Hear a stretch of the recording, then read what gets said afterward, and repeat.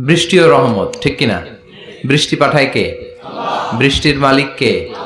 বিশ্বনবী আকাশে মেঘ দেখলে বলতেন আল্লাহুম্মা সাইয়্যিবান নাফিআন, হে আল্লাহ তুমি ভালো বৃষ্টি দাও। কেননা এই বৃষ্টি দিয়েও আল্লাহ অনেক জাতিকে ধ্বংস করেছে।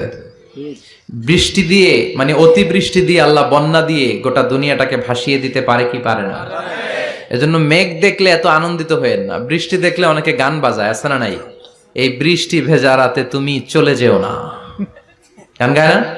না, আপনি আল্লাহর কাছে দোয়া করবেন আল্লাহুম্মা সাইয়্যিবান নাফিআন, আল্লাহ তুমি বরকতের বৃষ্টি দাও। আল্লাহুম্মা গাইসান মুগীসান মারিআন মুরিআন নাফিআন গায়রা দার।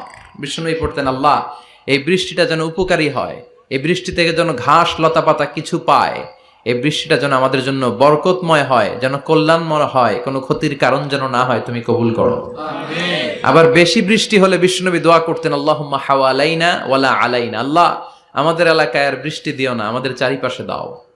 এই দোয়াগুলো পড়ার দরকার আছে না নাই? আল্লাহ যা বৃষ্টি দিবে এটা যেন আমাদের কল্যাণ হয়, আমরা পড়ি আমিন।